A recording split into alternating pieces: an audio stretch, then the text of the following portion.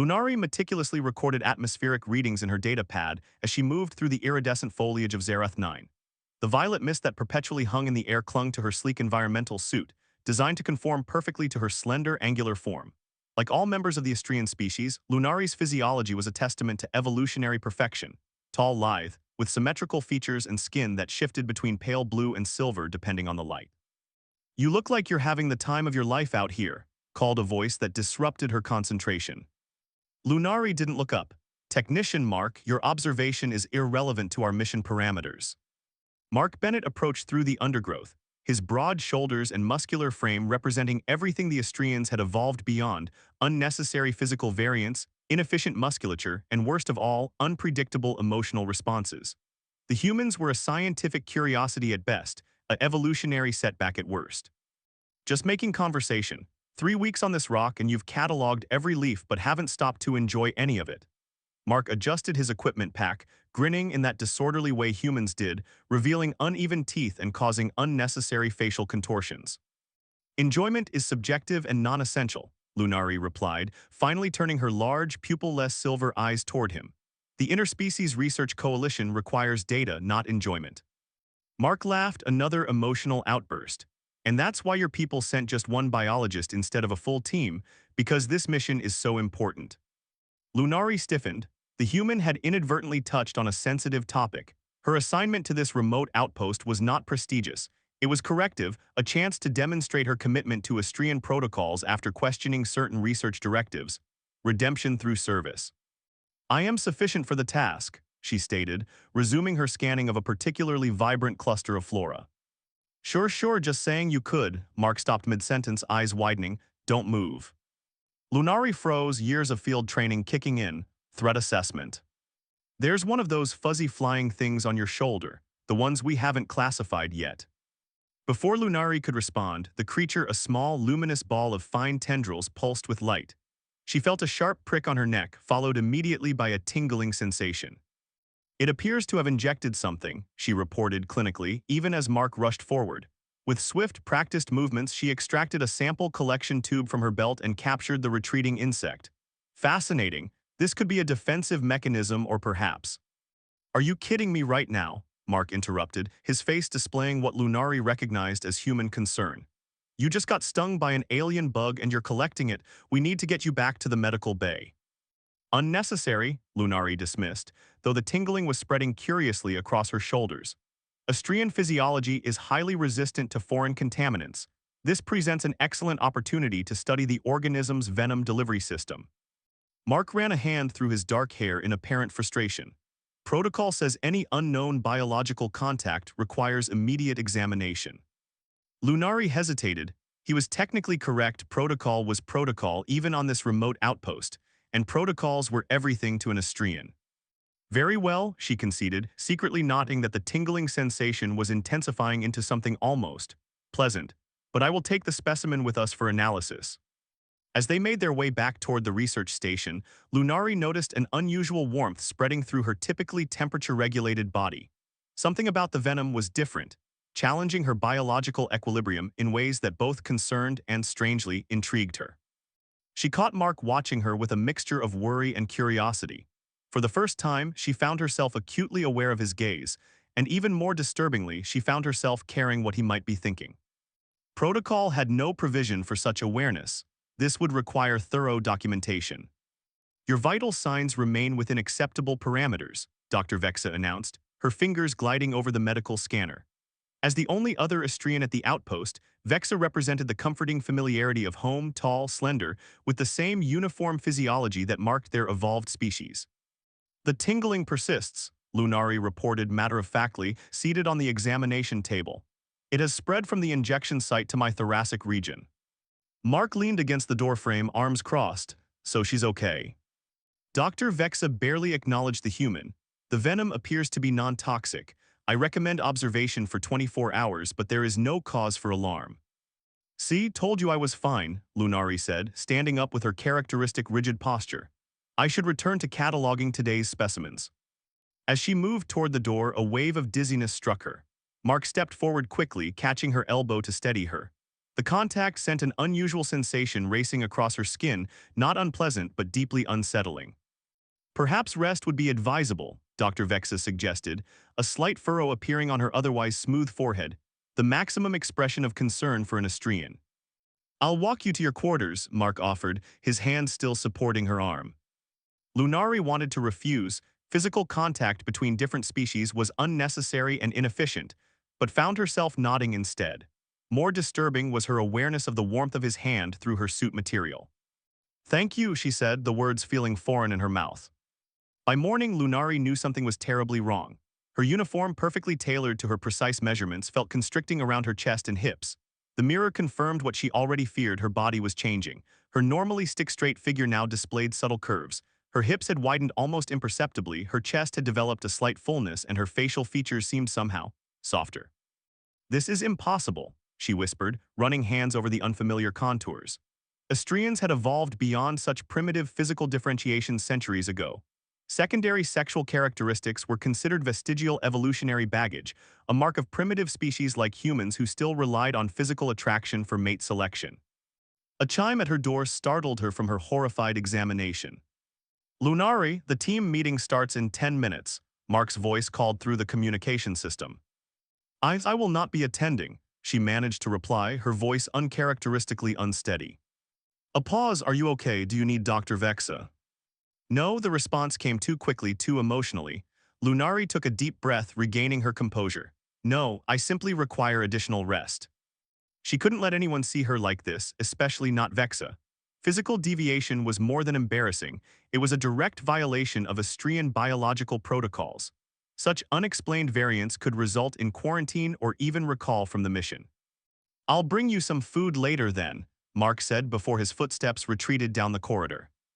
Lunari returned to the mirror, watching in fascination and horror as her body seemed to subtly shift before her eyes. The silver-blue skin across her collarbone now shimmered with an iridescent quality never before present. Her face, once angular and perfectly symmetrical, displayed a softening of her jawline and a fuller appearance to her lips. She touched her face, shocked to feel the changes.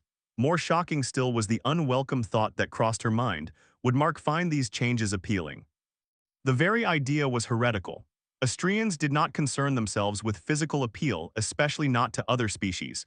Yet the thought lingered, persistent and intrusive. By afternoon, she could no longer ignore the hunger pangs. She would need to venture out for nutrition.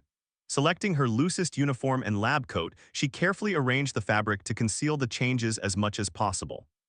The corridor was mercifully empty as she made her way to the nutrition center. Her normally graceful gait felt off balance, her hips swaying with an unfamiliar motion that she struggled to control. There you are, Mark's voice came from behind her. I was just coming to check on you. Lunari turned too quickly, her new center of gravity causing her to stumble slightly. Mark reached out, steadying her with hands on her waist. Whoa, careful there, he said, his eyes widening almost imperceptibly as his hands registered the new curves beneath the fabric. You're different. Lunari stepped back quickly, her face flushing with a warmth that Astrians never experienced. It is a temporary biological anomaly, nothing more. Mark's eyes searched her face, lingering on the subtle changes. Is this normal for your people, some kind of molting or growth phase? No, she said, her voice barely above a whisper. This is the opposite of normal. This is a protocol breach. Say what now? My species eliminated physical variants centuries ago, she explained, keeping her voice low despite the empty corridor. All Astrians maintain uniformity of form. It is our way. Mark frowned, so having curves is against the rules. The crude phrasing made her wince, but he wasn't wrong. Physical differentiation is considered primitive, a step backward in evolution, if my superiors saw me like this. To her horror, she felt moisture gathering in her eyes, tears, a physiological response Astrians had evolved beyond generations ago. What was happening to her? Mark's expression softened. Hey, we'll figure this out. The venom must be triggering some kind of reaction. We'll find a way to reverse it. He reached out hesitantly and touched her arm in a gesture of comfort. The contact sent a jolt through her system that was entirely new and disturbingly pleasurable. She jerked away, alarmed at her body's response. Do not touch me, she said sharply, then regretted the tone as hurt flashed across his face. Please, I am not myself. Mark nodded slowly. Let's get you some food and then we can run some tests, without Dr. Vexa if you prefer. Thank you, Lunari whispered, fighting against the unprecedented wave of emotions threatening to overwhelm her carefully constructed composure. As they walked to the nutrition center, she couldn't help noticing that Mark kept glancing at her with an expression she'd never seen directed at her before. A mixture of concern and something else. Something that made her newly curved body react in ways that terrified and excited her in equal measure. 3 days after the sting, Lunari could no longer hide the changes. Her once slender frame had developed unmistakable curves, hips that swayed as she walked, a chest that strained against her uniform, and facial features that had softened into what humans might consider classically beautiful.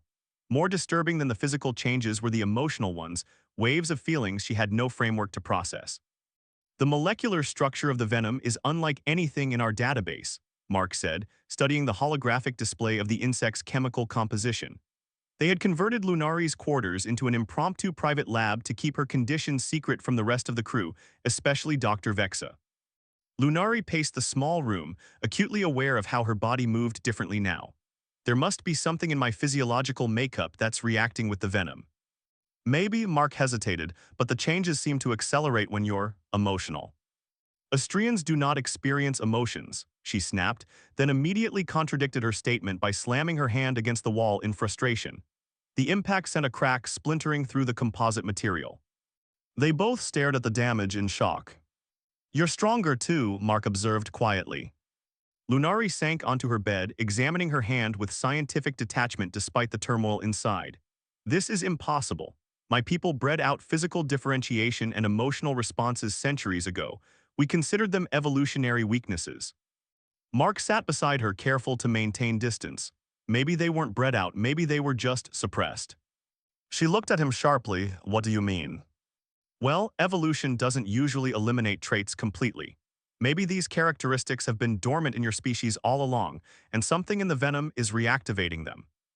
The theory was disturbing but scientifically plausible. If you're correct, then I am reverting to a more primitive form of my species. Or maybe just a different form, Mark suggested gently.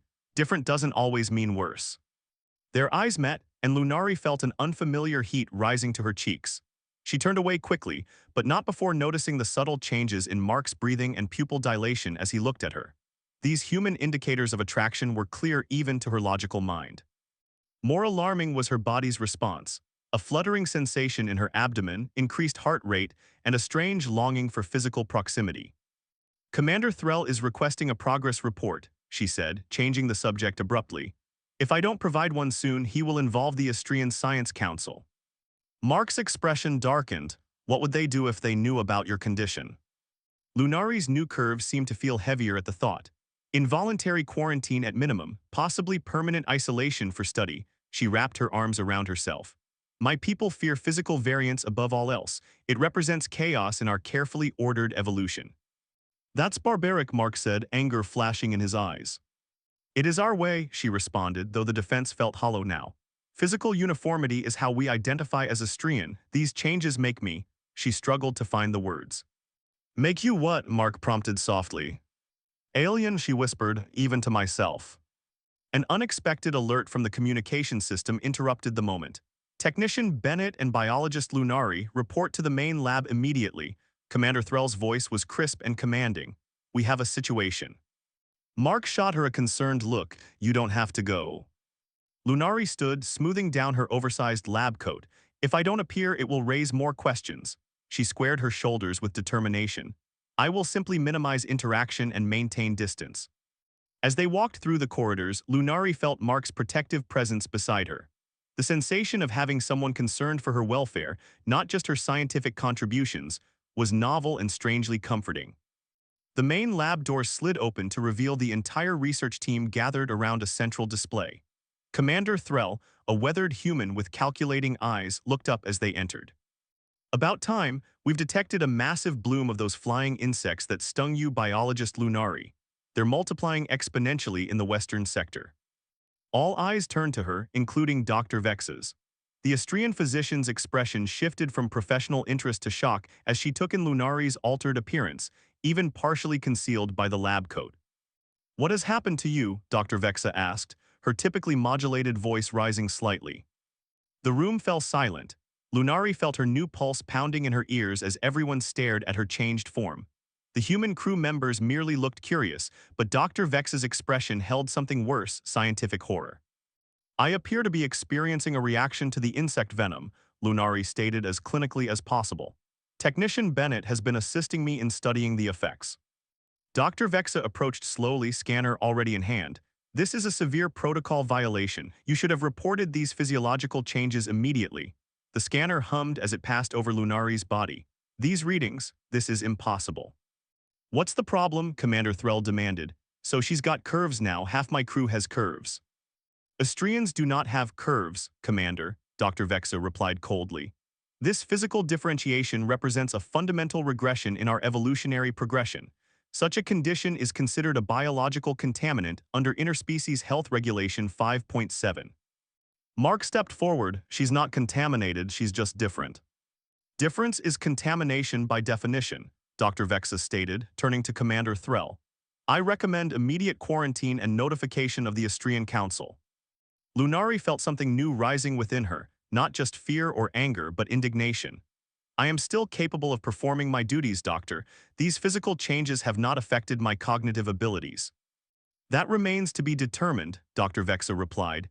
Your emotional display suggests otherwise. Proper Astrians do not show agitation. As if to prove her point, Lunari felt her face flush with color, another physiological response that should have been impossible for her species. I can help with the insect bloom investigation, she insisted, looking to Commander Threll. In fact, my condition may provide valuable insights into the species' biological effects. Commander Threll considered for a moment. Quarantine seems excessive, but I want a full medical workup and daily monitoring. Commander, Dr. Vexa protested, Astrian protocol clearly states. We're not on Astria, Threll cut her off. We're on Zerath 9 and I need every scientist I've got. Lunari stays on duty unless you can prove she's a danger to the mission. Relief washed through Lunari, another new emotional experience, followed by a wave of gratitude toward the gruff commander. As the meeting continued, Lunari became aware of Mark standing protectively close beside her. When their eyes met briefly, something passed between them, an understanding that transcended their different species. For the first time in her life, Lunari felt truly seen. Not as an Astrian scientist, not as a collection of cognitive abilities and evolutionary advantages, but as an individual. The sensation was as terrifying as it was exhilarating. And when Mark's hand briefly brushed against hers, the jolt of electricity that passed between them made her newly curved body respond in ways that no Astrian protocol could possibly have prepared her for. Your transformation is accelerating, Mark said, reviewing the latest scans on Lunari's private terminal. A week had passed since the revelation of her condition to the crew, and the changes were becoming more pronounced by the day. Lunari stood by the viewport, gazing at the bioluminescent forest that pulsed with life in the Zerath 9 twilight. Her reflection in the glass showed a being that would be unrecognizable to her own people. Her once uniform silver-blue skin now shimmered with iridescent patterns that shifted with her emotions. Her figure had developed pronounced curves that no amount of loose clothing could disguise, and her face had taken on an expressiveness that betrayed every feeling. The venom should have metabolized by now, she said, frustration evident in her voice. Something else must be driving these changes. Mark hesitated before speaking.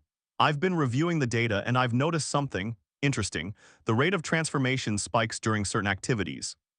She turned to face him, her newly expressive face showing curiosity. What activities? Well, he cleared his throat, whenever you're around me for one. Lunari felt her skin flush with warmth, another new physiological response that fascinated and mortified her in equal measure. That's impossible. There's no scientific basis for proximity to another species triggering biological changes. Mark approached slowly, datapad in hand. Look at the readings. Your biometrics show dramatic shifts whenever we're working closely together. Heart rate increases, hormone levels change, neural activity spikes in regions associated with. He paused, seemingly choosing his words carefully, emotional processing. Lunari took the pad, studying the numbers and graphs with scientific detachment despite the fluttering sensation in her abdomen. The evidence was irrefutable. The venom must be using emotional responses as a catalyst, she concluded. But why? What evolutionary purpose could this serve? Maybe it's not about evolution, Mark suggested, standing close enough that she could feel the warmth radiating from his body. Maybe it's about connection. Their eyes met, and Lunari felt the now familiar surge of hormones and neural activity that the data had so clearly mapped. The scientific part of her mind documented the increased heart rate, the dilation of her pupils, the catch in her breathing, all while another part of her, a part that grew stronger each day, simply experienced the overwhelming sensations. "We've isolated the venom compound," she said, stepping away to regain her composure. "Dr. Vexa believes we can synthesize an antidote within days." Mark's expression shifted, a shadow passing over his features. "Is that what you want, to reverse everything?" The question hung in the air between them, heavy with implications. Before her transformation, the answer would have been immediate and unequivocal. Of course, she would return to proper Astrian form.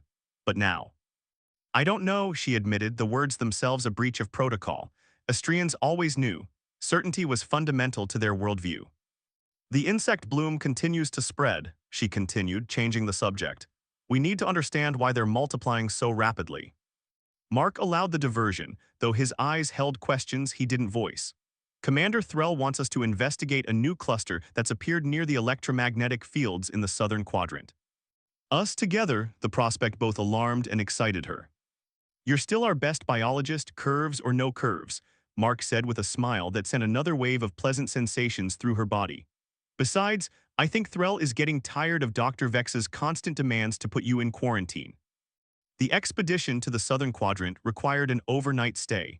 As Lunari set up monitoring equipment near the largest concentration of the luminous insects, she couldn't help but be aware of Mark working nearby, setting up their temporary shelter.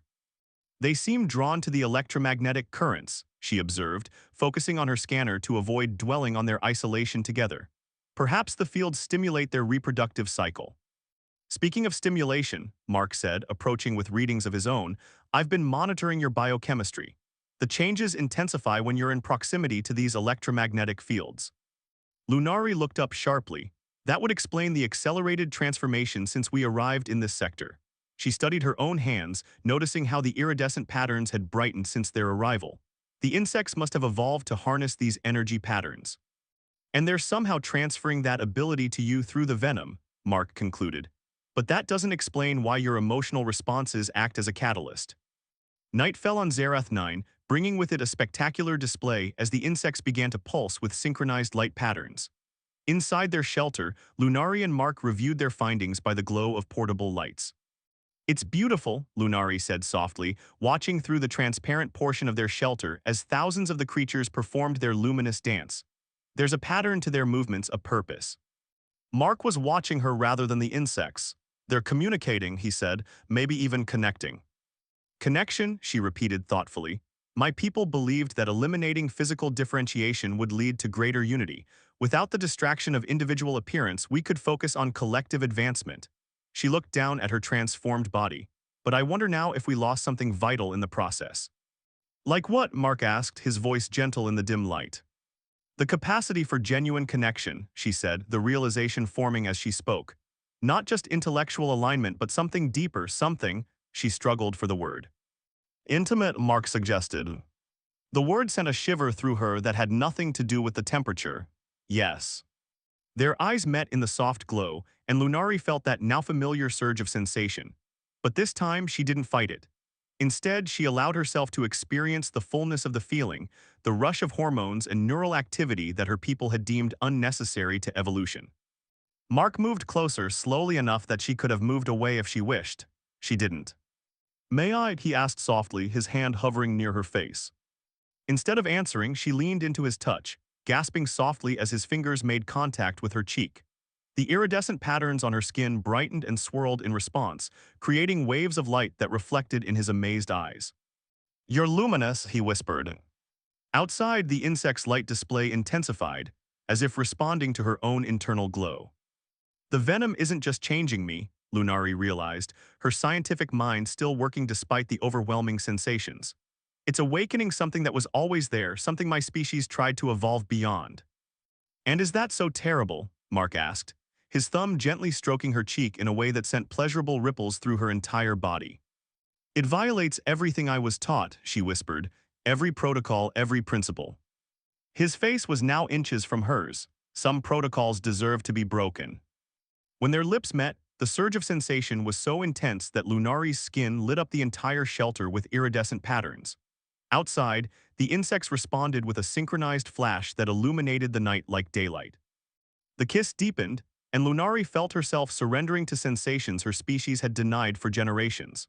Mark's hands traced the new curves of her body with reverent care, each touch igniting responses that made her gasp and tremble. "Is this okay?" he whispered against her lips. "I don't know," she answered honestly. "I've never experienced anything like this. It's overwhelming." He pulled back slightly, his eyes searching hers. "We can stop." "No," she said, surprising herself with the vehemence in her voice. "I want to understand everything." As their bodies pressed closer, the shelter filled with the pulsing light emanating from her skin. Each touch, each discovery of sensation brought new patterns of luminescence that seemed to flow between them. For the first time in her life, Lunari understood what it meant to truly connect with another being, not just intellectually, but with every cell of her transforming body.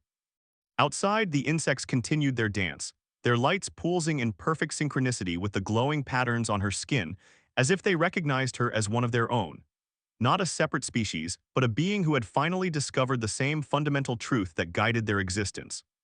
Connection was not a primitive evolutionary stage to be transcended. It was the point of evolution itself. "The antidote is ready," Dr. Vexa announced, her tone as clinically detached as ever despite the monumental implications of her words. Lunari stood before the laboratory viewport, watching the shimmering patterns that now constantly played across her transformed skin. 2 weeks had passed since her night with Mark in the southern quadrant, 2 weeks of discoveries, both scientific and personal, that had fundamentally altered her understanding of herself and her species. "Have you informed the Astrian Council?" Lunari asked, not turning from the viewport. "They are expecting your return to standard physiological parameters within 48 hours, Dr. Vexa replied. "The Council has expressed particular concern about the emotional contamination you've displayed." Mark, who had been silently monitoring equipment nearby, looked up sharply. "Emotional contamination, is that what they're calling it?" Dr. Vexa regarded him with the distant curiosity Astrians reserved for less evolved species. "Technician Bennett, the reemergence of primitive emotional responses represents a significant evolutionary regression. The Council is concerned about potential contagion effects if biologist Lunari returns to Astria in her current state." "Contagion," Mark repeated incredulously. "You're talking about her like she has a disease." "From an evolutionary perspective, she does," Dr. Vexa stated. "The venom has reactivated neural pathways and physiological responses that our species deliberately evolved beyond centuries ago." Lunari finally turned from the viewport, her transformed face showing a complexity of emotion that would have been impossible before the sting. "And what if these primitive responses aren't regressions at all? What if they're essential aspects of our biology that we've been suppressing?" Dr. Vex's expression didn't change, but her posture stiffened slightly, the Astrian equivalent of shock. "That perspective demonstrates how compromised your reasoning has become. I'll prepare the treatment room." She exited without further comment, leaving Mark and Lunari alone in the lab. "You don't have to do this," Mark said quietly, approaching her. "You could stay here, continue your research." Lunari felt the now familiar acceleration of her heart rate as he drew near. After their night together, they had maintained professional behavior around the crew. But every glance, every brief touch in passing ignited responses she could no longer ignore or deny. "And never return to my homeworld, never see another of my kind except those who view me as contaminated," she shook her head. "That's not a solution." "Then let me come with you," he suggested, taking her hands in his. "Explain to your council what we've discovered about the venom, that it's not causing regression but revealing suppressed biological functions." She smiled sadly, the expression feeling natural now though it had been foreign to her just weeks ago. The council wouldn't allow a human to address them, especially not on matters of Astrian evolution. Mark's thumbs traced circles on her palms, sending pleasant ripples of sensation up her arms. "Then what will you do?" Instead of answering, Lunari activated the lab's main display. The screen filled with data, cellular analyses, neural mapping, hormone profiles. "I've been conducting my own research," she explained. "The venom hasn't just changed my physical form, it's restored neural pathways that had been artificially suppressed in our species." Mark studied the complex diagrams. "Artificially, you mean these changes weren't evolutionary at all?" "Not entirely," Lunari confirmed. "My research suggests that generations ago, my ancestors used genetic modification to deliberately suppress certain traits, physical differentiation, emotional response mechanisms, sensory pleasure pathways. They believed these aspects of our biology distracted from pure intellectual advancement." "They engineered themselves to be less human?" Mark asked, then quickly corrected himself. Less emotionally responsive, I mean. Yes, and we've maintained those modifications for so long that we forgot they were modifications at all. We came to believe this was our natural evolutionary state. She moved closer to him, her transformed body responding to his proximity in ways that still amazed her. But the insect venom contains compounds that specifically target and reactivate those suppressed genetic expressions. Mark's eyes widened with understanding, so the antidote would reapply the artificial suppression, she confirmed. Return me to the state my people consider evolved, though it's actually the result of genetic engineering. What will you tell the council? Lunari's newly expressive face showed determination.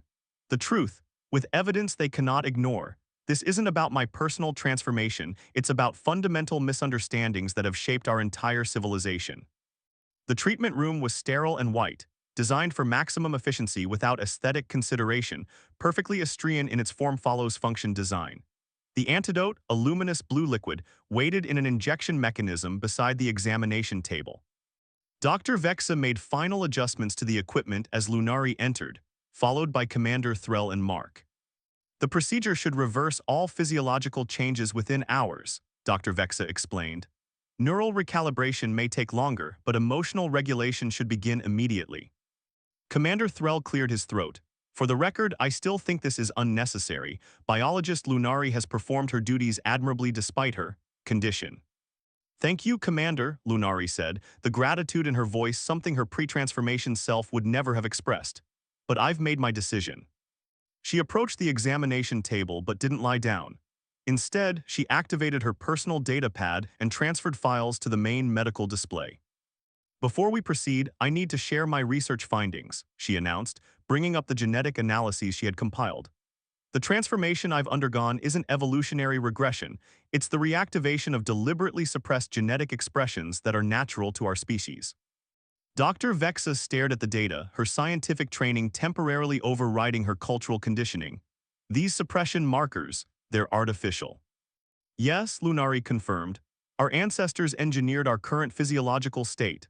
What you're seeing now, she gestured at her transformed body, is actually closer to our species' natural state before genetic modification. This is heresy, Dr. Vexa whispered, the strongest emotional response Lunari had ever witnessed from her colleague. The council will never accept this.